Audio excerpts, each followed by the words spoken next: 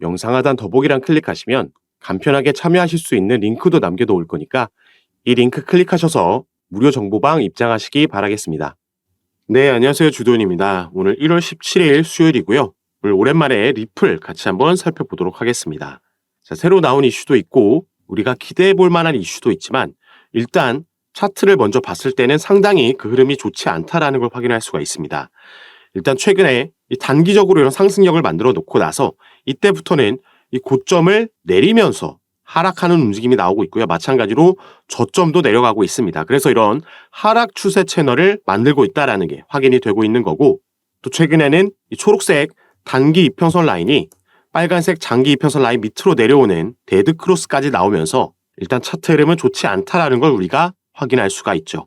비트코인의 현물 ETF가 승인되면서 그 전부터 기대감에 비트코인의 상승을 했었고, 그 이후에는 이 기대감이 이더리움으로 옮겨가면서 이더리움과 이더리움 클래식이 상승하는 모습을 보여줬었고요. 작년 이 시기부터는 또 솔라나가 엄청난 급등을 하면서 알트코인의 상승세를 이끌었는데, 자, 리플은 최근 이런 흐름에 전혀 탑승하지 못하고 있는 모습을 보여주고 있는 겁니다. 그래서 이 상승 이후에 지지라인을 만들려고 했던 이 800원 초반대 라인, 여기까지 지금 끌어올려주지 못하면서 계속해서 맞고 떨어지고 있는 게 확인이 되고 있는 거죠. 그래서 이 브래드 갈링하우스가 최근 이렇게 자신감 넘치는 리플의 현물 ETF가 확실히 출시될 것이라는 발언을 했음에도 XRP의 시세는 전혀 여기에 대한 영향을 받지 못하고 있는 걸 또 볼 수가 있는 겁니다. 자, 그리고 여기에 나와 있는 게 출시될 건 될 건데 그 시기에 대해서는 장담하기 어렵다라고 또 얘기를 했습니다. 자, 비트코인의 현물 ETF는 이번 달에 승인이 났고, 이 승인이 나기 전부터 블랙록을 포함한 총 7개의 자산 운용사가 그 다음 타자인 이더리움의 현물 ETF도 현재 신청해 놓은 상황입니다. 이 총 7개의 건들 중에 가장 빠르게 결과가 나오는 반에크의 신청건이 5월 23일이 그 결과의 데드라인입니다. 그래서 승인이 된다라면 이때가 유력한 날짜로 손꼽히고 있는데, 그렇다면 리플이 세 번째 ETF 타자로 나서기 위해서는 이 시점을 전후로는 신청은 일단 들어가야겠다라고 우리가 생각해 볼 수 있겠죠. 그런데 여기서 또 우리가 함께 고려해야 되는 게 바로 이 현물 ETF에 대한 승인 권한을 가지고 있는 기관이 바로 미국의 증권거래위원회 SEC라는 겁니다. 자, 리플의 XRP 발목을 잡고 있는 소송건도 지금 SEC와 하고 있는 거죠. 이 SEC라는 곳에서 리플의 XRP가 증권이다 상품이다 소송을 벌이고 있는 와중에 현물 ETF를 승인하기는 당연히 어려울 겁니다. 현물 ETF를 출시한다라는 건 SEC에서 상품으로 이걸 인정한다라는 뜻이 돼버리기 때문에 지금 벌이고 있는 소송에서의 주장과는 상충될 수밖에 없는 거죠. 그러면 이 소송이 마무리돼야지 ETF도 진행이 될 수 있다라고 보는 게 맞겠는데, 일단 이러기 위해서는 첫 번째로는 우리가 생각해 볼 수 있는 시나리오가 SEC 위원장의 교체입니다. 자, 현재 위원장은 게리 겐슬러죠. 다만 이 부분이 현재 미국의 행정부, 바이든 행정부에서 민주당에서 임명한 인물이기 때문에 올해 미 대선이 지나고 나면 이 부분은 충분히 교체될 수가 있다라고 보여주고 있습니다.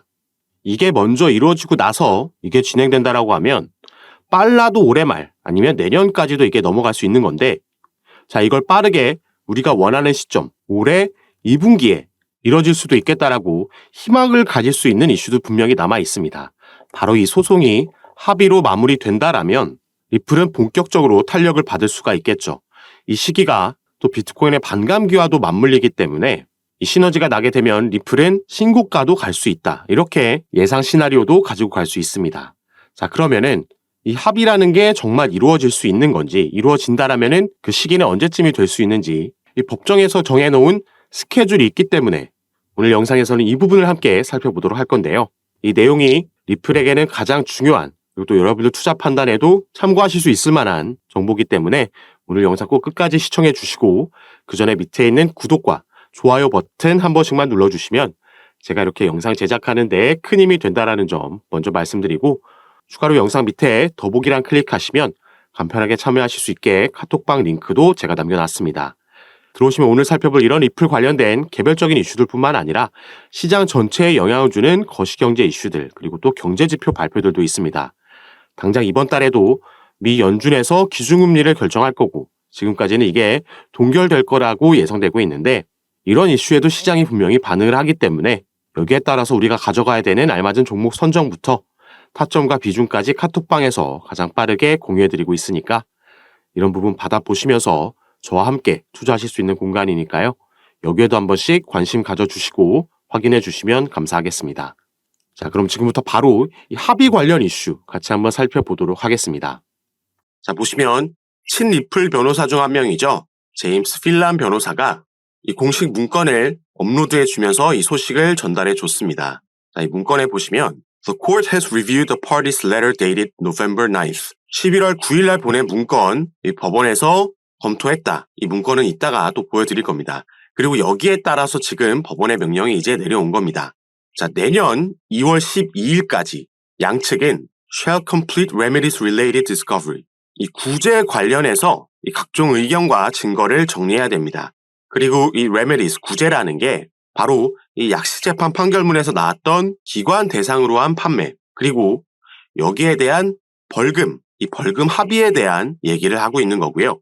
그래서 이로부터 한 달 뒤에 3월 13일까지는 plaintiff, 여기가 소송을 제기한 SEC 미국의 증권거래위원회입니다. 그래서 여기서 먼저 이 구제안에 대한 서류를 제출하게 돼 있고 4월 12일까지 defendant 리플이 반대 입장을 또 제출하는 겁니다. 그리고 4월 29일에 만약에 SEC에서 답변서 제출할 게 있다라면은 제출하라, 이렇게 이제 합의 관련된 스케줄이 정해진 거죠. 자, 그래서 SEC와 리플이 이 소송에서 합의를 하게 된다라고 하면 이 시기는 이제 내년 2024년도 2분기쯤이 될 수도 있겠다라고 지금 예상해 볼 수 있겠고요. 이렇게 합의를 하게 되려면 아무래도 이 합의 금액, 이 부분이 가장 또 중요한 부분이 될 겁니다.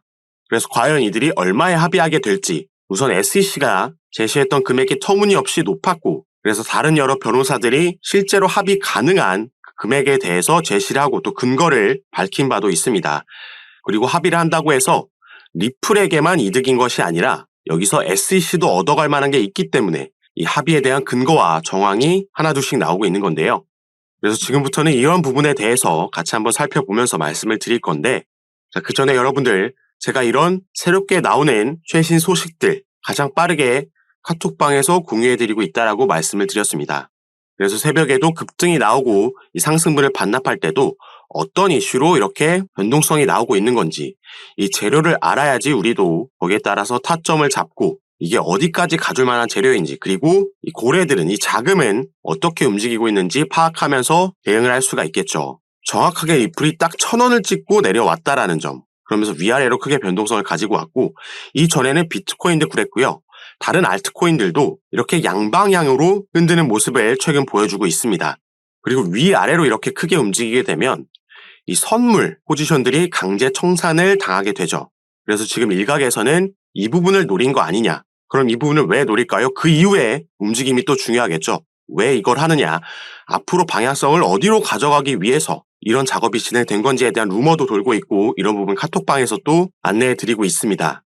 추가로 이런 거에 따른 우리들이 가져가야 되는 매수매도 타점, 그 전략까지 잡아드리는 거 전부 무료로 제가 카톡방에서 진행하고 있는 거니까요. 여러분들 이 부분 안심하시고 위에 보이시는 제 전화번호 010-6531-7908번입니다. 위에 제 전화번호로 숫자 7이라고만 문자 보내주시면 제가 이 문자 확인하는 대로 순차적으로 연락드려서 카톡방 초대에 도와드릴 거고요. 또 문자 전송 힘드신 분들은 영상 밑에 더보기란에 아까 말씀드렸던 간편하게 참여하실 수 있는 링크로도 남겨놨으니까 이 부분 통해서도 들어오셔서 미리 입장하시고 이런 부분 받아보시면서 여러분들 투자 판단에 참고하실 수 있는 정보들 가져가시기 바라겠습니다. 자, 그럼 이어서 이 합의 관련해서 우리가 알아야 되는 부분들 설명을 이어나가도록 하겠습니다. 여기 보시면 이전에도 이 친리플 변호사 중 한 명인 존 디튼 변호사가 리플이 SEC가 제시한 벌금 7억 7천억 달러보다 적게 내고 합의할 수 있을 거다라는 내용을 얘기를 했었죠. 이번에 제시한 그 근거로는 해당 지역 규제기관들은 XRP를 증권으로 분류하지 않은 점을 주목해야 한다. 모리슨 판결에 따르면 미국 증권거래위원회의 관할권은 미국 이내로만 제한됐기 때문이다. 아울러 리플에 대한 소송은 사기가 아닌 규제 불일치에 따른 것이고 XRP 판매의 대다수가 미국 외 지역에서 이루어졌고 공인된 투자자들과 관련이 있다는 점을 고려할 때 징벌적 손해배상의 가능성은 크게 줄게 된다라고 나와 있죠. 자, 그리고 존 디튼 변호사 같은 경우에는 이전에 7억 7천억 달러보다 적은 금액에서 합의하게 될 거다라고 얘기를 했었고, 당시에는 2천만 달러라는 구체적인 금액도 제시를 했었습니다. 그런데 이 당시에 이 금액이 나온 근거에 대해서는 따로 언급이 없었기 때문에 많은 해외 투자자들도 여기에 대해서 궁금해했었는데, 자, 이 부분에 대해서도 최근에 궁금증을 풀어준 바가 있었죠. 자, 함께 보시면, 자, 여기 보시면, 자, 존 디튼 변호사가 얘기한 겁니다. 자, sales of the XRP could be 95% outside of the United States. XRP 판매의 95%는 미국 밖에서 이루어진다라는 거죠. 그래서 if the figure applied to Ripple sales, 리플에게 지금 제시된 이 7억 7천만 달러라는 이 판매 금액, 벌금 금액으로도 나온 이 금액에 대해서 우리가 이 95% 미국에서 거래된 게 아닌 이 퍼센티지, 이만큼을 제외하고 나면 바로 이 금액 3,850만 달러만 남는다라는 겁니다. 여기서 추가로 공제될 거 제외하고, 그리고 이 기관 투자자들에게 판매된 거에 대한 벌금이기 때문에 이 당시에 XRP 시세를 고려했을 때 0.25센트였다라는 거죠. 이걸 적용시켰을 때 절대 이 금액에 합의하지 않을 거고, 애초에 제시했던 2천만 달러 아래에서 합의하게 될 거라고 그 근거를 제시한 겁니다. 그래서 일단 이 리플의 XRP에 가장 크게 그 시세에 영향을 주는 게 바로 이 소송 이슈이기 때문에 이 부분 같이 한번 새롭게 업데이트 해드렸는데, 우리가 여기서도 살펴봤던 바로 합의에 대한 가능성이 이게 현실이 된다라면은 최근 여기에 대한 기대감으로 보여준 상승력보다 더 크게 리플의 XRP는 상승할 수밖에 없겠죠. 그래서 오늘 왜 이렇게 합의에 대한 기대감이 형성이 됐는지 그 근거와 정황이 나와 있기 때문에 그 부분 자세하게 설명해 드리도록 하겠습니다. 그리고 이런 부분은 아까 영상 초반에도 말씀드렸지만 제가 여러분들과 함께 운영하고 있는 이 카톡방에서 가장 빠르게 공유해 드리고 있고, 이런 이슈에 따른 상승력, 그리고 조정이 나왔을 때, 또 악재가 나왔을 때 이 장세의 흐름과 시장의 반응을 확인하고 우리는 그 장세에 맞춰서 알맞게 매수매도 타점 그리고 비중까지 잡아드리고 있고요. 여러분들께서 보유하고 계신 평균 단가와 또 비중을 보고 개별적으로 이런 부분 상담 도와드리면서 함께 매매를 진행하고 있습니다. 그리고 당연히 카톡방은 전부 무료로 운영하고 있는 거니까요. 이 부분 안심하시고 여러분들은 위에 보이시는 제 전화번호 010-6531-7908번 제 전화번호로 숫자 7이라고만 문자로 보내주시면요. 제가 이 문자를 확인하는 대로 순차적으로 연락드려서 카톡방 초대 도와드릴 겁니다. 그리고 문자 전송 힘드신 분들은 아까 말씀드렸던 영상 밑에 더보기란에 간편하게 참여하실 수 있게 제가 링크로도 남겨놨으니까 이 부분 통해서도 들어오셔서 제가 드리는 정보들과 타점, 비중과 전략까지 받아보시면서 여러분들 투자 판단에 참고하시고 매매 진행하시면 더욱 좋을 것 같습니다. 자, 그럼 이제부터 가장 중요한 이 합의 관련된 정황과 그 근거 살펴보도록 하겠습니다. 제가 최근에 이런 소식을 전달해 드렸습니다.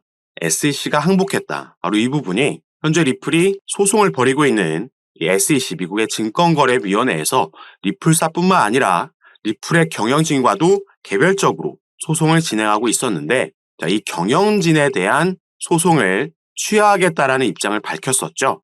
그리고 여기에 대해서 이 소송을 관장하고 있는 토레스 판사가 자, 이와 같이 공식 문건을 통해서 granted, 승인을 했습니다. 그리고 이 승인한 문서에 보시면 이 11월 9일이라는 날짜가 나와 있죠. 이 11월 9일이라는 날에 이 양측이 브리핑 스케줄을 제출하라는 내용이 들어가 있는 겁니다. 그리고 이 날짜는 토레스 판사가 임의로 지정한 날짜가 아니라 SEC에서 먼저 제안한 날짜입니다. 그래서 이 부분 오늘 같이 한번 살펴볼 건데요. 자, 여기에 보시면 이 SEC가 현재 이 소송을 관장하고 있는 아날리스트 토레스 판사에게 공식 서한을 통해서 이 리플 경영진에 대한 소송 취하 의사를 밝혔습니다. 그리고 그 공식 서한 안에 바로 이런 내용이 들어 있었기 때문에 지금 합의에 대한 가능성이 다시 얘기가 나오고 있는 건데요. 자, 여기에 보시면 The SEC and Ripple intend to meet and confer on a potential briefing schedule with respect to the pending issue in the case. 자, SEC는 지금 리플과 만나서 현재 보류되고 있는 이슈에 대해서, 이 사건에서 보류되고 있는 이슈에 대해서 그 가능한 스케줄을 지금 잡고 싶어 합니다. 자, 이들이 여기서 논의하고 싶어 하는 거는 proper against Ripple for its Section 5 violations, 증권법 제5조를 위반한 것에 대해서 with respect to its institutional sales of XRP, 기관에게 판매한 XRP에 대해서 논의를 하고 싶어 하고요. 이 11월 9일까지 정확하게 날짜를 지정해 놨죠. 이때까지 법원에 논의 일정을 제안을 하거나 아니면 양측이 동의할 수 없을 시에는 법원의 브리핑 일정을 요청하겠다. 이런 내용이 이 공식 서한안에 담겨 있었다라는 겁니다. 자, 이걸 다시 말해서 이 리플과 SEC가 만나서 최근 받아들였던 7월 달에 나온 약식재판 판결에 대해서 그 중에서도 이 SEC가 승소한 부분, 이 기관 판매에 대한 약 7억 달러 규모의 XRP가 증권에 해당한다라는 것, 이게 증권법 5조를 위반했다라는 것에 대해서 논의를 하고 싶어 하는 건데, 자, 이미 SEC에게 유리하게 나온 이 판결에 대해서 논의를 하고 싶다라는 건 이게 지금 벌금 합의에 대해서 얘기하고 싶어 하는 거 아니냐라는 의견들이 지금 나오고 있는 겁니다. 자, 그래서 사실 여기에 대해서 조금 긍정 회로를 우리가 돌려봤을 때 합의를 하면 SEC에게 득이 되는 건 뭘까요? 자, SEC는 지금 리플과의 소송에서만 연패를 일단 기록하고 있죠.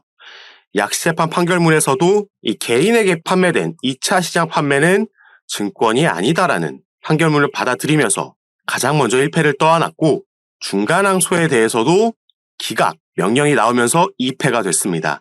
그리고 본인들 스스로 이 경영진에 대한 소송을 취하하면서 지금 3대 빵으로 지고 있는 거죠. 리플에게만 벌써 이렇게 연패를 기록하고 있고, 여기에 추가로 최근 그레이스케일의 소송건에서도 패배를 기록했습니다. 이 비트코인 현물 ETF로의 전환건에 대해서 법원이 재검토하라고 SEC에게 명령을 내렸죠. 그리고 SEC는 최근 여기에 대한 항소를 할 수 있는 기간 안에 아무런 움직임도 가져가지 않으면서 사실상 항소 포기를 선언했고, 자, 이 부분이 이제 효력을 갖게 됐습니다. 자, 그럼 이런 상황에서 SEC가 만약에 벌금 합의를 하게 된다라면은 적어도 기관 투자자들에게 판매된 건 증권이다라는 판례를 만들 수 있으면서 추가 망신을 피할 수 있게 되는 거죠. 그리고 뭐 리플이 득을 볼 수 있는 건 너무나도 명확합니다. 여기에 대한 벌금은 지불하더라도 일단 이 소송 리스크라는 그동안 계속해서 XRP의 발목을 잡았던 가장 큰 리스크에서 해소되면서 이 부분이 해결되면 전부터 꾸준히 말씀드렸던 기업 공개, IPO가 본격적으로 진행이 될 수 있겠다. 그러면서 대규모 투자 자금, 나스닥으로 상장되는 기업이 되면서 엄청난 상승 모멘텀을 경험할 수가 있을 겁니다. 그리고 이전에도 제가 한번 합의에 대한 가능성을 언급하면서 보여드렸던 게 바로 이 아날리스 토레스 판사가 내린 중간항소 기각에 대한 이 명령서였습니다. 그래서 이 부분 가장 마지막 장에 밑으로 내려서 함께 보시면요. 자, 가장 마지막 장의 마지막 줄을 살펴보시면 shall meet in person for at least 1 hour to discuss settlement of this matter. 자, in person으로 만나라, 대면에서 만나라는 거고요. 논의하라는 거죠. 그리고 시간까지 구체적으로 적어도 최소한 1시간 이상 만나서 뭐에 대해서 얘기하냐? 합의에 대해서 얘기하라고 토레스 판사가 이 법원에서 직접 제안을 했다라고 말씀드렸습니다. 그리고 그 시기 같은 경우에는 prior to the final pre-trial conference, 이 마지막 컨퍼런스 전에, 이 마지막 컨퍼런스는 final pre-trial conference는 4월 16일 오후 2시라고 스케줄이 정해져 있죠. 그래서 이 전에 만나서 최소한 1시간 이상 만나서 합의에 대해서 얘기하라는 명령이 있었던 겁니다. 그래서 이 중간항소 기각 명령이 내려왔을 때 이 공식 서한을 보고 제가 이렇게 구체적인 데드라인까지 정해져 있는 거였기 때문에 자, 이전에 이들이 만나서 합의할 가능성이 있다. 하지만 이게 당장 올해 안에 일어나기는 힘들다라고 보였고, 그래서 내년 1분기 말에서 2분기가 시작되자마자는 여기에 대한 기대감이 또 한번 형성될 수 있겠다라고 말씀드렸는데, 이번에 SEC가 경영진에 대한 소송을 취하면서 또 한번 같은 맥락에서의 흐름이 나왔기 때문에 오늘 여러분들께 영상을 통해서 공유해 드리려고 이렇게 가지고 왔습니다. 자, 그리고 이렇게 제임스 필란이라는 친리플 변호사의 개인 트위터 계정에 리플이 법원에 보낸 공식 서한이 업로드가 됐습니다. 자, 그래서 SEC가 제시했던 그 데드라인 기준에 맞춰서 딱 제출을 했는데, 자, 여기서 언제 만나서 이 벌금에 대한 얘기를 할 거냐, 구체적인 날짜가 정해지진 않았습니다. 이 내용을 보시면 리플은 SEC 측에 이 30일 내로 먼저 그 스케줄, 구체적인 날짜를 제시하라고 얘기를 했고요. 그러면 리플이 여기에 대해서 30일 내로 답변을 내놓겠다라고 얘기를 한 겁니다. 그래서 이제는 다시 바톤이 SEC 측으로 넘어갔다라고 보면 되겠죠. 그리고 당연히 SEC가 제출한 날짜에 대해서도 이 업데이트 되는 대로 가장 빠르게 카톡방에서 제가 공유해 드릴 거고요. 우리는 이제 이 900원이 깨진 시점에서 앞으로의 전망을 예상해 보면서 또다시 매매 진행을 하면 되겠죠. 그래서 마지막으로는 리플의 차트 분석 간략하게만 하고 영상 마무리하도록 하겠습니다. 이 영국의 크립토 인사이트라는 이 차티스트의 차트 분석을 하나 가지고 왔는데요. 자, 이 부분 보시면 리플 XRP의 주봉 차트입니다. 자, 전에도 제가 말씀드렸듯이 리플은 우리가 리또속이라고 하면서 계속 안 오르는 것 같지만 실제로 이 팩트를 바라봤을 때 계속해서 이 저점을 높여가는 움직임을 가져가고 있습니다. 저점을 높여가고 있다는 건 우상향하고 있다는 거죠.